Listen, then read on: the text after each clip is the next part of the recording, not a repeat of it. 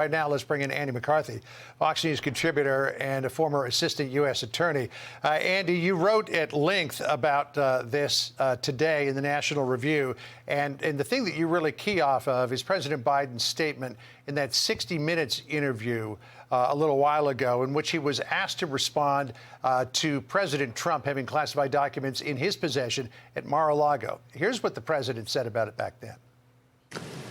How that could possibly happen, how anyone could be that irresponsible. You took a Ginsu knife to what he said in your National Review article. Well, I think one of the key rules of politics that we see is what goes around comes around, and it's coming around big time at the moment. I think what Biden said has to be taken not only for the importance of it's being said by the president of the United States in a very judgmental way, but I think you also have to consider it in conjunction with how the Justice Department has handled a number of these cases. About 3 weeks ago, the Washington Post did a report where they laid out many of the current cases involving people who merely hoarded classified documents, former officials or government contractors who did that. So we're not talking about people who were traitors, who tried to sell out the country to, the Russians or the Chinese. These are people who basically had access, trusted access to classified information, and then brought it home, whether to keep it as mementos or what have you, but had it stored in a place where it wasn't authorized to be. And the Justice Department came down on them like a ton of bricks. They had a couple of people who were looking at 10-year prison sentences for this.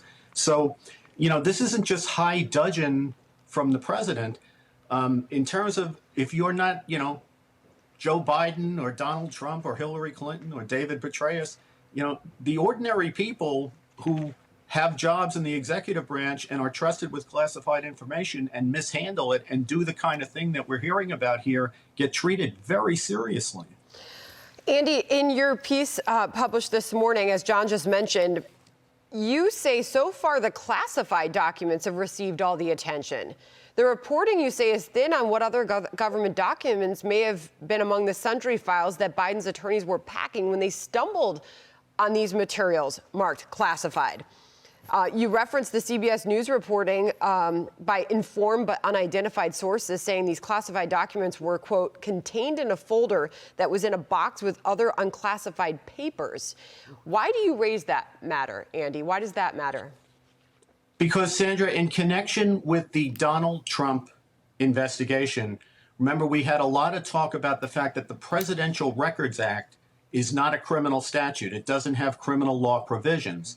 So in order to try to criminalize it against Trump, what the Justice Department did was refer to another statute in the Federal Penal Code, Section 2071, which essentially makes it a crime for public officials to take documents away. And they said that if you attach that to the Presidential Records Act, we can turn this into a felony, even if it doesn't involve classified information, which covers, I guess, about probably 11 or 12,000 of the documents that they say they took out of Mar-a-Lago. So they turned this into a case involving not just classified information, but the government files that weren't classified but were removed in violation of federal law. And I must say, during the Clinton email scandal, a lot of us noted that wholly apart from the classified information, she had destroyed thousands of government records, and they just let her skate on that. They clearly weren't going to do that with Trump.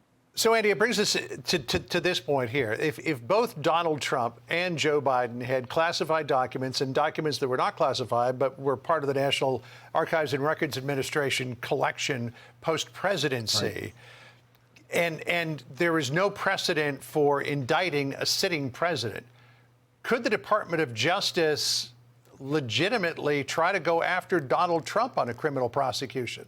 I mean, or would that really be an absolutely glaring double standard? John, in every single case where you have to make a decision, an exercise of prosecutorial discretion, two factors come into play. One is, how strong is the case? In other words, do we have enough evidence that we can convince a rational jury beyond a reasonable doubt that the person is guilty of the crimes? And then the other thing is this a meritorious prosecution under the circumstances? And with respect to that, you not only have to weigh the facts and circumstances that inform whether the person committed the crime or not, but what are the ramifications for the public interest if you bring the case? And here, I think, with respect to both Trump and Biden, they uniquely have to weigh how it's going to affect the country, the public, the electorate, to bring indictments against not only people, you're talking about the sitting president and the former president, but both of them essentially are candidates in the 2024 election.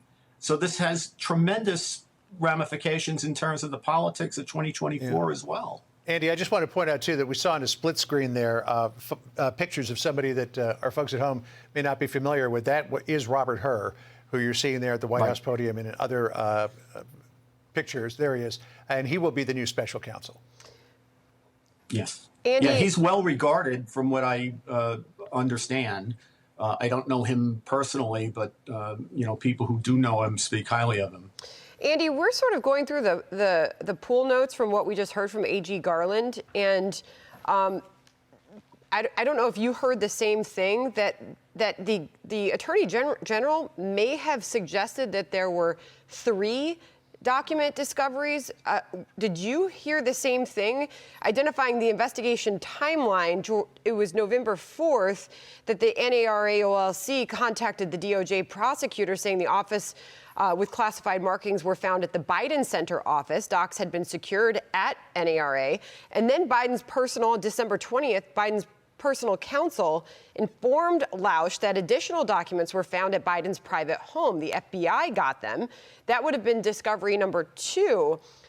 Was there a third discovery then? Because January 12th is when, obviously, this being today, Biden's counsel called Lausch and said that an additional document was identified. So were there 3 discoveries? The way I thought I heard that, Sandra, was that on the 5th, there was a discovery of 1 document that the lawyer alerted the either the Justice Department or the White House counsel. Let me just be clear on that. January 5th, Lausch briefed Garland on the investigation, advised that a special counsel was warranted. Yeah, I'm not much clearer than I was this morning about whether we're talking about 3 batches or 2 batches. And the only thing I would say about this is, evidently, initially this came to light on November 2nd. There was a considerable amount of delay between the time they knew about it and the time they reported on it. I continue to be very surprised that if you were going to have delay, why not do all of the searching and in every nook and cranny and try to find what you could find and then make one disclosure? It baffles me that we're getting multiple disclosures and that they don't seem to be in control of what they're of what is out there, what the world of documents we're talking about is. Okay. I'm Steve Ducey. I'm Brian Kilmeade. And I'm Ainsley Earhart. And click here to subscribe to the Fox News YouTube page to catch our hottest interviews and most compelling analysis.